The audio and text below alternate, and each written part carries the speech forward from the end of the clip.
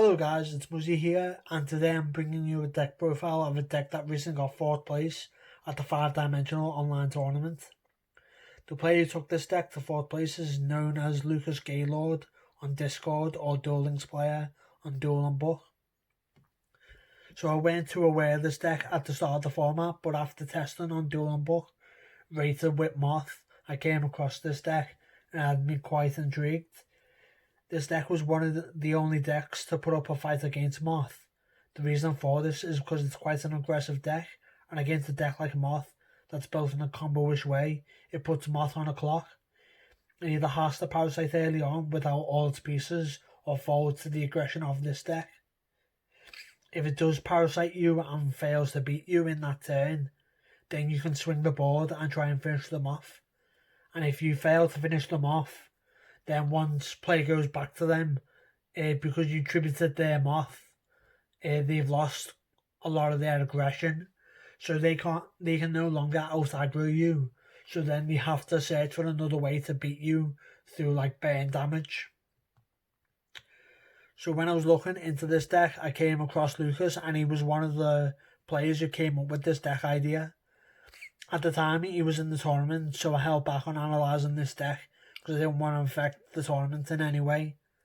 So to begin this profile, the skill that he played is Inner Conflict. So what this skill does is once per duel during your main phase, you can pay half your life points and take control of one of the opponent's monsters. So the monster you take can basically be face up or face down. So the monster we take cannot declare a direct attack, but it can attack other monsters. And then at the end of the turn, it returns back to our opponent's control. So we can tribute the opponent's monster, so they lose their monster, so we take a card away from them with this skill. And then we'll have access to our battle phase where all monsters we control, so we can attempt to defeat them that way. We can also use the skill to take the opponent's monster to open up their board to direct attacks off our other monsters.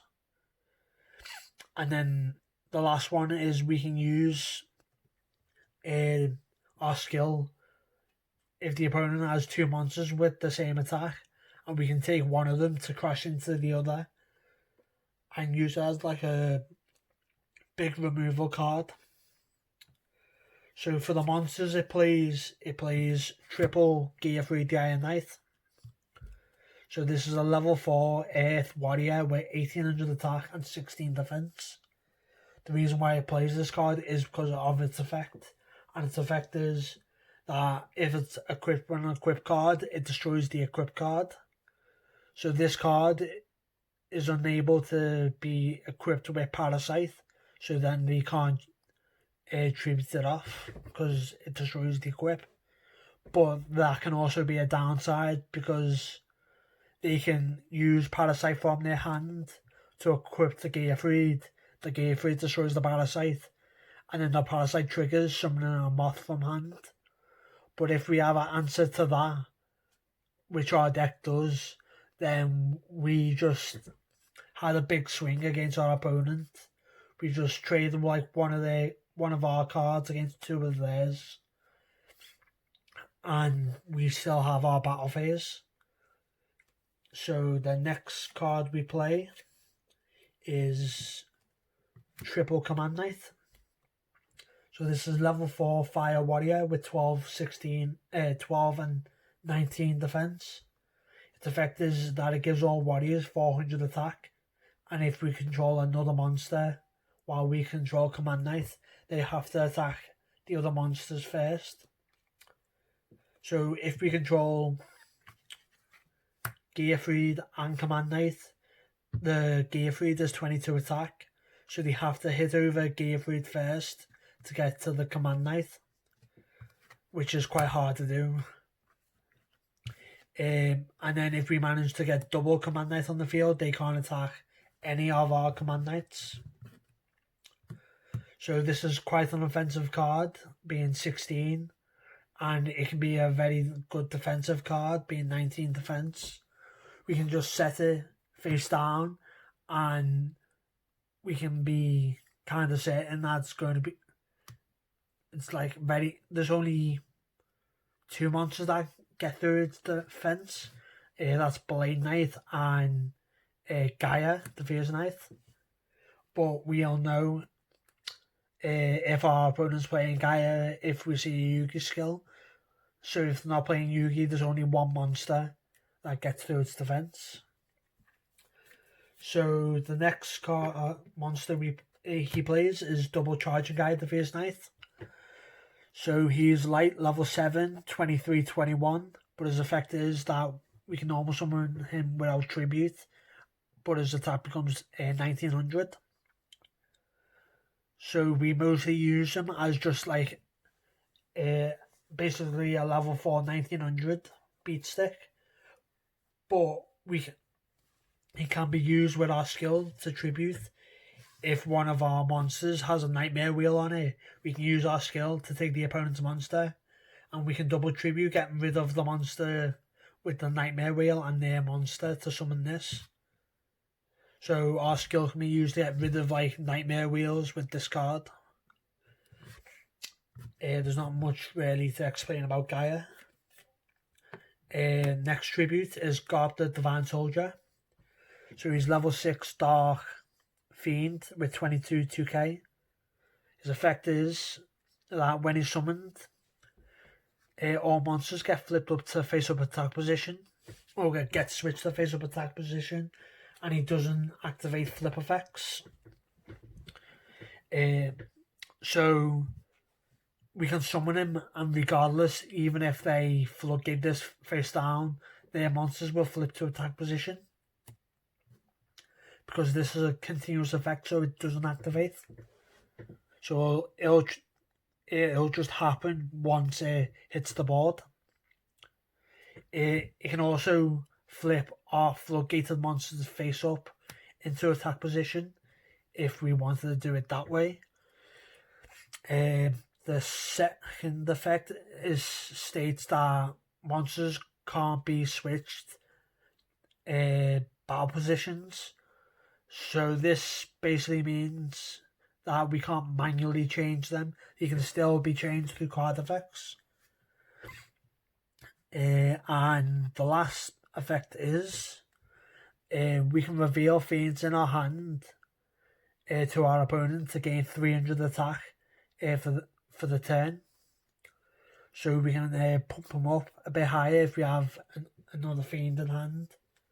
So this card is good against stall, because against an aggressive deck, stall will just defend by setting monsters, and then we can just, in our turn, just tribute for this to flip them up, put them in a vulnerable state for our big beaters hitting over them. It's also a good card against a Windstorm of Atarqua, because if we have multiple monsters on the field, when one of our monsters attacks, if they Windstorm, the monster will switch to defense, then Garp will switch them back to attack.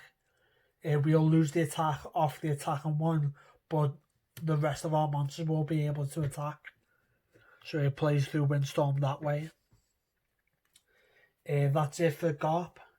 So the last tribute monster he plays is one Dark Ruler Hades. He's a level 6 Dark Fiend with 2450 attack and 16 defense. So he can't be special summoned from the graveyard.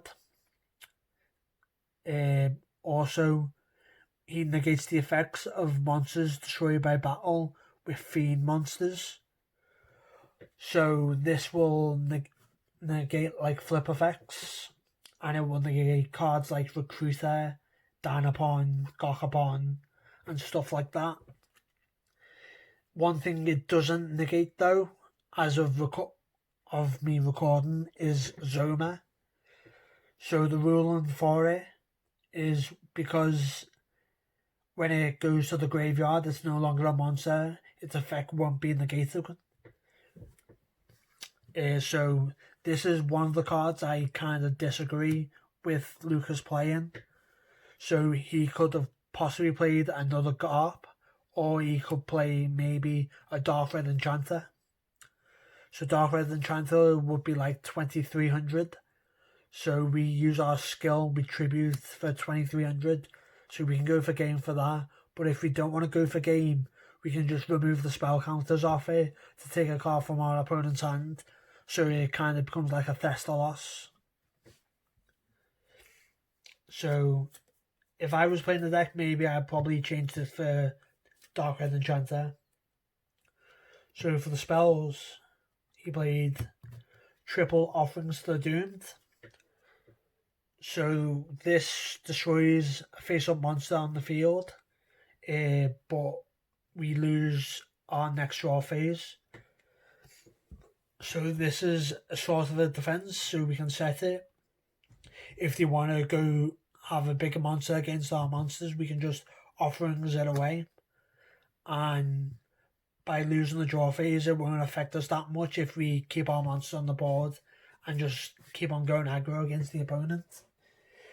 It's also quite good against Moth. Like I mentioned earlier on, if you have the Gaylord and you equip the Parasite to summon the Moth, we can just Offerings from our hand and then just go in on them. So we trade our Offerings with their Parasite and their Moth. So for the traps, he plays Triple Dust Tornado. So we're an aggro deck and we want to be staying aggro every single turn. So we play Triple Dust to get rid of Nightmare Wheels and Zomas, which could keep them on the clock that we put them on. It can also be used against Parasite if they manage to equip the Parasite on Command Knight, Gaia, Garp, or Dark Ruler. We can just Dust Tornado the Parasite to prevent them from using the skill. So he also plays two Zoma. So this becomes an 1800 beta. So it goes with the deck's idea of just beat down. We can also use it to summon as a defender, and if they hit over it, it'll burn them. So it helps our skill to beat them in like one turn. And then for the last drop, we play double Windstorm Alpha Tarkwa. So this is used for when Moth goes off and has like multiple Moth. So we can like Windstorm, survive, and hopefully we can take their Moth off them. And either we tribute it and get rid of the second Moth some way, or we can just attack over the Moth. But that's quite risky because they play Sphere Karibo. But this card is just here to make sure that we can survive against Moth pushers. And it's also good versus Gaia, because we can have like a Command Knight or Gaylord. We can Windstorm the Gaia to defense, and then we can summon the other one. So Gaylord will have 2200 attack and be able to attack over the Gaia. So for this deck, because it's somebody else's deck and a tournament deck, I'm going to be going over the side deck. So he sided a skill. So this skill got sided in against burn decks and mostly Gravekeeper burn. Because this deck's skill, it pays half the life points. It's not that great against burn. So it looks to side in a different skill. And this is like the best skill against burn, because they're going to be giving you counters. So we also side in one Golden Ladybug, because this card, if we have this card again and they only have one wheel face up, we negate the damage basically, because they'll burn us and we'll gain it back. If we also see this quite early, we can just keep on gaining and gaining to give us more turns against burn, and run them out of cards with our skill. And if we run them out of cards, then our attacks are going to be going through and killing them. So for the other cards, he plays one Metal Reflex Slime. So Lucas didn't really like this card in the side deck, but the reason why he sided it was against Gaia, because he felt like he had a bad Gaia matchup. So another card he also sided was Wild Tornado. So this card could also come in against Gaia if they play Night Beams. It can also come in against any other deck that plays Night Beams. But this card is used to chain onto Zomas to get rid of them, or just used to get rid of Nightmare Wheels or Parasites. And then the last card he played is 2 Skill Successor. So this card, we can activate it and target one of our face-up monsters and against 400 attack until the end of the turn.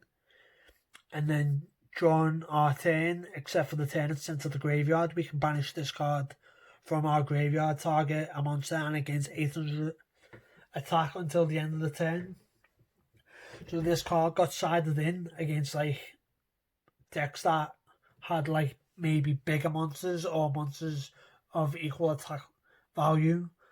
So during like damage step we can play this, and then we can kind of like end their battle phase that way, and then just possibly kill them in our next turn. It's also quite good against decks that play like Dust or Night Beam and they get rid of this, because they're only getting rid of like half of the card, because this has another effect in the graveyard. So that is it for the side deck. So one thing I was thinking that maybe that this Metal Reflex Slime should maybe be another Wild Tornado. Try and hit more Parasites with them, and keep Nightmare Wheels and Zomas from staying on the board. But unfortunately, if Zoma does resolve, because it becomes a monster and it's no longer in the spell or trap zone, this card can't target the Zoma. This card can only be chained onto Zoma because it's still in the spell and trap zone. That's one thing to note. So I want to give a massive shout out to Lucas for taking the time to explain his deck choices to me and passing me his list. He also has his own Discord channel and runs his own tournaments. So if you're interested in playing in any online tournaments, hop on over to his channel. It's called Yu-Gi-Oh! Legacy, and I'll throw the invite link in the comments below, in the description box. So thanks guys for taking the time to watch this video. If you like this video, please drop a like, comment or subscribe down below. If you didn't like the video, throw a comment down below to explain why, and I'll take that on board. So it's been a pleasure guys, and this is Muzzy signing out.